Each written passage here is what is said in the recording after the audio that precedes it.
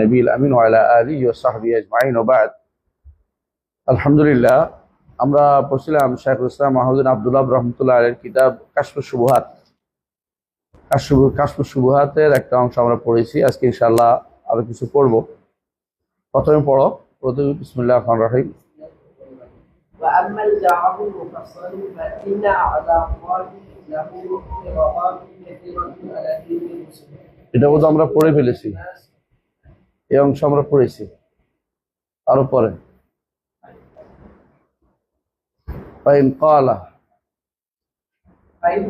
إن هؤلاء الآيات نزلت في من يأكل الأسلام ونحن لا نأكل الأسلام كيف تجعلون الصالحين مثل الأسلام أم كيف تجعلون الأنبياء أسلاما. এটা একটা গুরুত্বপূর্ণ প্রশ্ন। এটাকে বলা হয় হুজ্জাতুন আতিফিয়া লা হুজ্জাতুন বুরহানিয়া। হুজ্জা আতিফিয়া বুঝেন? বাংলাদেশের মানুষের বেশিরভাগ মানুষের মধ্যেই বেশিরভাগ যারা শিরক করে ওদের এই একটাই বড় প্রমাণ, সেটা হচ্ছে হুজ্জাতুন আতিফিয়া, মানে আতিফা আল জাইয়াশা। ওদের সবচেয়ে বড় হলো আবেগ। আবেগ নিয়ে দলিল দিবে, আবেগ দিয়ে দলিল, বুঝেন? এই দলিলটা সবচেয়ে বেশি। আপনি দেখবেন যে কোনো জিনিস, হায় রে অলি আল্লাহদের কোনো মর্যাদা দিল না রে, তারা মানে অলি আল্লাহদের ছাড়া মানে ওনারা এটা এই যে কয়, এটাতে কিন্তু আতিফা থেকে বলতেছে, বুঝলেন? দলিল ভিত্তিক কথা না, মানে তার একটা আবেগ। যারাই এখন কবর মাজার পূজা করতেছে ওদেরকে আপনি জিজ্ঞাসা করেন আপনি এটা কেন বানাইছেন, এটা হলো আতিফা, যাকে বলা হয় হুজ্জাতুন আতিফিয়া, বুঝছেন তো? লা বুরহানিয়া, এটা প্রমাণ ভিত্তিক কোনো দলিল কিছু না। এই জন্য তাদের অনেকে জিজ্ঞাসা করা হয়, যদি বলা হয় এটা দলিল দেন, তো দলিল কিভাবে দিবেন? বলছে এইগুলি দলিল যার আতিফিয়া। বেশিরভাগ মানুষে এইটা নিয়ে আমার দেশের মানুষে থাকে। আপনি একবার যতই সুন্দর করে বুঝান না কেন, শেষে কেউ বোঝে অলি আল্লাহ দিয়ে আর সাধারণ মানুষ এক হয়ে গেল। অলি আল্লাহ ব্যাপারটাই আলাদা। আলা ইন্না আউলিয়া আল্লাহি লা খাউফুন আলাইহিম ওয়া লা হুম ইয়াহজানুন। এই আয়াত তাদের সারা জীবনের পুঁজি। এই আয়াত দিয়ে দলিল দিয়েই সব শিরিক জায়েজ হয়ে গেছে। আউযুবিল্লাহ। অলি আল্লাহদের কাছে মূর্তি একরকম হয়ে গেল, এই কথাটাই বলে ফেলবে। কোনোদিন চিন্তা করে না যে ইল্লতটা কি, মূল কারণটা কি। যেই কারণে শরীয়তে নিষেধ করা হয়েছে মূর্তি পূজা করতে, যেই কারণে শরীয়তে নিষেধ করছে কোন মূর্তির দ্বারস্থ হইতে, কোন কবরের দ্বারস্থ হইতে, কারণটা কি? এই কারণটা যদি জানতো তাহলে হুজ্জাতুন আতিফিয়া দিত না। আতিফা আল জাইয়াশা বলে ওরা, যে তার আবেগী, কান্নাকাটি, চোখের পানি। আমরা দেখবো চোখের পানি আতিফা, এটা কোনোদিন দলিল না। এটা তো দলিল হইতো তো হিন্দুদের দুর্গা যে মারে, পানিতে নিয়ে ফালায়, ওরা কিন্তু কাঁদে, দেখবেন কাঁদতেছে। আমি একবার দেখতেছি, বলতেছে মা চলে গেলেন, মা পানিতে রাখিয়ে দিতি, মারি বলিস কে তোরা, তোর পানিতে ফেলাতে গেছে কেনা। নিজেরা আতিফা দিয়া কান্নাকাটি করে আবার পানিতে পায়ের নিচে দাবাইতেও আসে এটাকে। তো কে চলে গেল, কে আসলো, কিছুই চলে না, কিছু আসে, নিজেরা বানাই কতক্ষণ পুতুল খেলা খেলছে। এই যে মানুষগুলো, যতগুলি কবর পূজা হচ্ছে, কবরের মধ্যে মানুষগুলো বসে আছে, সবগুলি আতিফা দিয়ে বসে আছে, আবেগ। এগুলির পক্ষে কোনো দলিল কেউ কিয়ামত পর্যন্ত দিতে পারবে না। যেখানে আমার নবী মুহাম্মদ রাসূলুল্লাহ সাল্লাল্লাহু আলাইহি ওয়াসাল্লাম কবরকে বাধাই করতে নিষেধ করেছেন, কবরের নাম লিখতে নিষেধ করেছেন, কবর উঁচু করতে নিষেধ করেছেন, কবরকে ভাঙতে বলেছেন, কবর উপরে সৌধ নির্মাণ করতে নিষেধ করেছেন। এত নিষেধের পরেও কবরের ইট কিন্তু বন্ধ হচ্ছে না, দিন দিন কবর বাড়তেই আছে। এর মূল কারণ হলো আতিফা আল জাইয়াশা, মানে যেটাকে বলা হয় আবেগ, যে বাধহীন আবেগ, যে আবেগের কোনো বাধা নেই, বাধাহীন আবেগ, অনবরত আবেগ দিয়ে সবকিছু করে ফেলবে। এইখানে ওই কথাটা বলতেছে মুসান্নেফ বলতেছে, এতক্ষণ তো বলছে তাদের সন্দেহের কোনো শেষ নেই। প্রথম সন্দেহ কি ছিল? তাদের একটা সন্দেহ আমরা আলোচনা করেছি, বিস্তারিত সন্দেহের মধ্যে একটা হচ্ছে যে রাসূলুল্লাহ সাল্লাল্লাহু আলাইহি সাল্লাম যাদের সাথে যুদ্ধ করেছেন এরা তো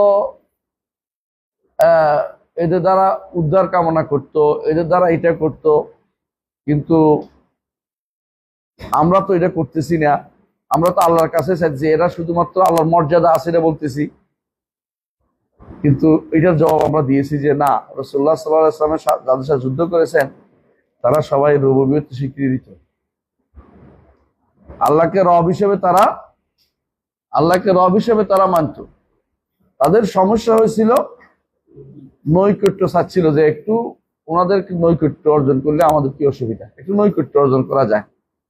রুবুবিয়তের ব্যাপারে তাদের কোনো সমস্যা ছিল, উদ্ধার কামনা ভালো করে যাতে উদ্ধার করবে কি আল্লাহ, তো ওরা কি করবে, ওনারা একটু আগায় দিবে, একটু, আর কিছু না। নৈকট্য ওদের মধ্যে একটু নৈকট্য প্রাপ্ত হবে আমার। দ্বিতীয় এই সন্দেহটা এখানে আসছে এরকম যে তারা বলতেছে কি আল্লাহ তাআলার কোরআনের আয়াত সমূহ নাজিল হয়েছে। কোন আয়াত নাজিল হয়েছে? মা না'বুদুহুম ইল্লা লিয়ুকাররিবুনা ইলাল্লাহি যুলফা। আমরা তো এদের ইবাদত করি এই জন্য যে এরা আল্লাহর কাছে নৈকট্য এনে দিবে, সুপারিশ করে, এই আশায় তো আমরা এদের ইবাদত করি। তো যাদের ইবাদত করতো এরা তো মূর্তি, এই জন্য নিষেধ করছে। ওলি আল্লাহ হইলে আর নিষেধ করতো না। তাতে কি বুঝছেন?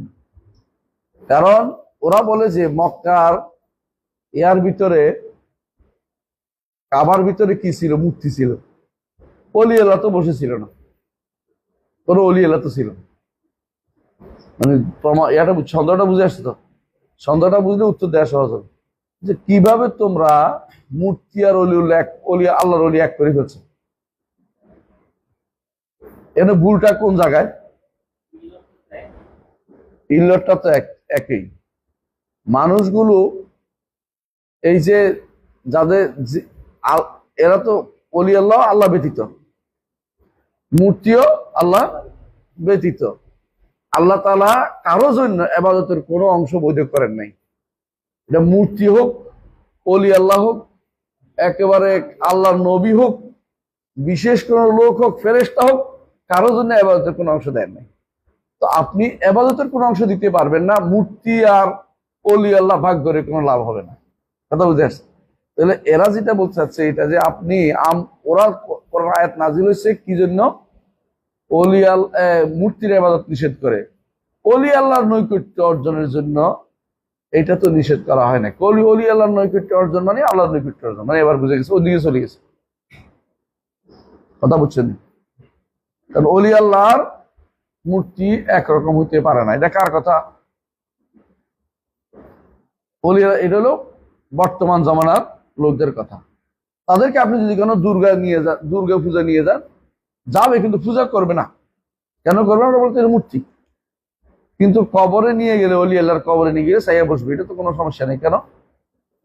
অলি আল্লাহ। তো আপনি মূর্তির কাছে চান না কেন? দুর্গার কাছে করেন তো মূর্তি। তো অলি আল্লাহর কাছে কেন চান? অলি আল্লাহ তো বিশেষ, আল্লাহর কাছে বিশেষ মর্যাদার অধিকারী। ওই ঘুরে ফিরে কিন্তু ওই জায়গায় চলে গেছে, বিশেষ মর্যাদার অধিকারী। বুঝছেন তো? এই জন্য তিনি বলতেছেন যে যদি কেউ তোমাকে বলে, এটা খুবই বেশি বলে, এটা খেয়াল করবেন, এই সন্দেহটা প্রচুর পরিমাণে, যে এই সমস্ত আয়াত নাজিল হয়েছে মূর্তির জন্য, আপনার অলি আল্লাহর কাছে নিয়ে আসছেন কেন? শাইখুল ইসলাম মাহমুদ বিন আব্দুল্লাহ রহমতুল্লাহর বিরুদ্ধে এটাই বলতো যে ওরা উনি কি তাকফির করে ফেলছে। কি তাকফির করে ফেলছে?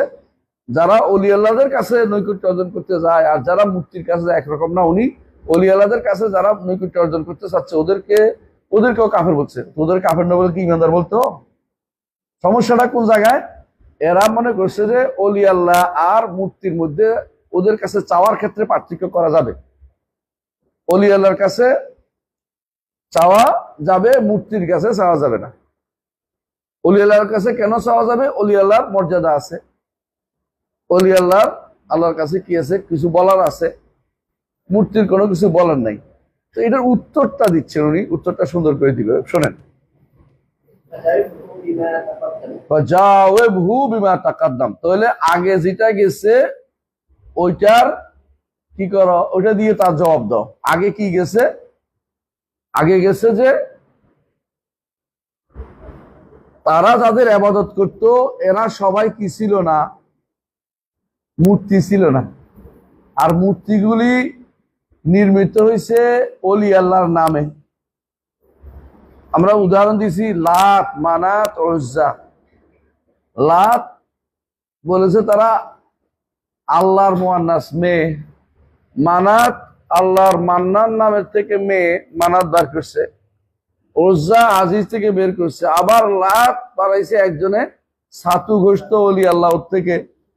তো বোঝা গেছে যে ওলি আল্লাহ শুধুমাত্র মূর্তি এগুলি ছিল না। শুধু মূর্তি এরকম হইলে দুনিয়ার কত মূর্তি সবগুলো তারা আবাদ করে না। এটার বিশেষ বিশেষ গুরুত্ব আছে বলেই তো আবাদ করেছে। এটার বিশেষ গুরুত্ব আছে বলেই তো এটার কাছে গেছে। তো তুমি এখন অলি আল্লাহর কাছে গুরুত্ব দিয়েই তো অলি আল্লাহর কাছে যাচ্ছ।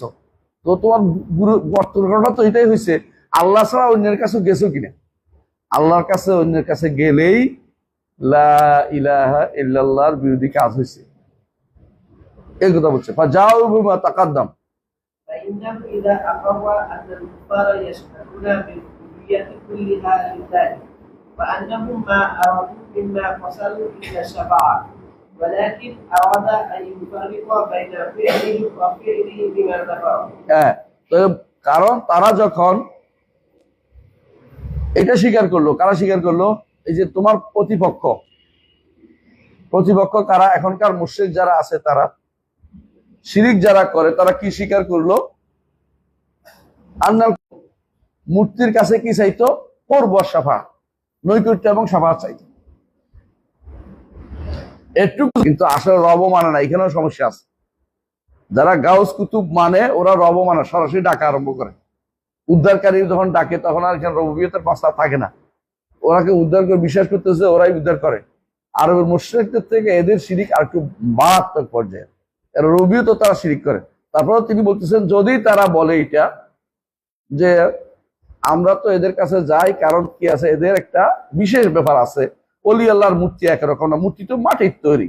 অলি আল্লাহ তো আল্লাহর বিশেষ শ্রেণী, এদেরকে দুই রকম একরকম করা যাবে না। তখন বলেন যে উদ্দেশ্য কিন্তু একটাই, তারাও ওদেরকে রব মানত না, আপনিও ওদেরকে এই অলি আল্লাহদেরকে রব মানেন না। ওরা মূর্তির কাছে কেন যাইতো? নৈকট্য আর সাফাতের জন্য। আপনি কেন যান?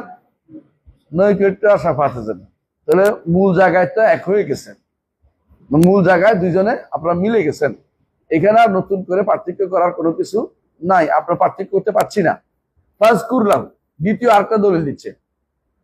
একটা দলিল গেল, আরেকটা দলিল হচ্ছে যে আপনি তো বলতেছেন এরা মূর্তির ভাগ করতে, যে এরা কার কাছে যাইতো? মূর্তির কাছে যাইতো। আমরা দেখতে পাচ্ছি ওরা মূর্তির কাছেও যাইতো না। এরা যাদের কাছে যাইতো এদের মধ্যে কেউ আল্লাহর ওলিও ছিল। এক নম্বর দলিল তো বুঝছেন, এক নম্বর উত্তর। এটা কি জন্য যাচ্ছেন এটা আগে। দুই নম্বর হচ্ছে কাদের কাছে যাচ্ছেন। আপনি যাদের কাছে যাচ্ছেন ওরা শুধু মূর্তি না, এদের আপনি তো ওলি এলাকা যাচ্ছেন, ওরাও যাদের কাছে যাইতো ওরা শুধু মূর্তি ছিল না, ওদের মধ্যে কি আছিল? ওলি আল্লাহ ছিল। প্রমাণ আছে, দেখেন কোরআন থেকে দলিল দিচ্ছেন। মিনহুম মাইয়াদুল আউলিয়া আল্লাযীনা ক্বালা ফিহিম, তাদের মধ্যে কেউ কেউ ওলি আল্লাহর ইবাদত করতো, ওলি আল্লাহকে ডাকতো। আল্লাহ তাআলা তাদের সম্পর্কে কি বলেছেন? হ্যাঁ, أولئك الذين يدعون يبتغون إلى ربهم الوسيلة أيهم أقرب ويرجون رحمته ويخافون عذابه إن عذاب ربك كان محذورا ويدعون عيسى ঈসা ইবনে মারইয়াম। এটা আসতেছে, এদের মধ্যে কেউ কেউ ওলি আল্লাহরে ডাকতো। মানে প্রমাণ দিচ্ছে এখন যে আপনি তো হয়তো বলতে পারেন না মূর্তিরে ডাকতো, ওলি আল্লাহরে ডাকতো না, বলতে পারে না। বেদাতিরা বলবে এটা, শিরিকরা এটা বলবে, মুশরিকরা বর্তমান জমানার, যে আরবের মুশরিকরা শুধু মূর্তি ডাকত। আর শাইখুল ইসলাম দাবি করতেছেন যে না, আরবের মুশরিকরা যাদের কাছে যাইতো, কি জন্য যাইতো, এটা এক মিলে গেছে, একরকম। ওরাও যাইতো তাকারুবের জন্য, সবার জন্য, এরাও যাইতো চাকর সবার জন্য। আর কাদের কাছে যাইতো? আপনি দাবি করতেছেন যে ওরা শুধু মূর্তির কাছে যাইতো, আমরা তো অলি এলাকার কাছে যাইতো, ওদের পার্থক্য আছে। উনি বলছেন যে না, ওরা অলিদেরও ডাকতো। দলিল আল্লাহ তাআলা কোরআন কারীমে বলছে উলাইকা আল্লাযিনা ইয়াদউনা, তারা যাদেরকে ডাকে, কারা?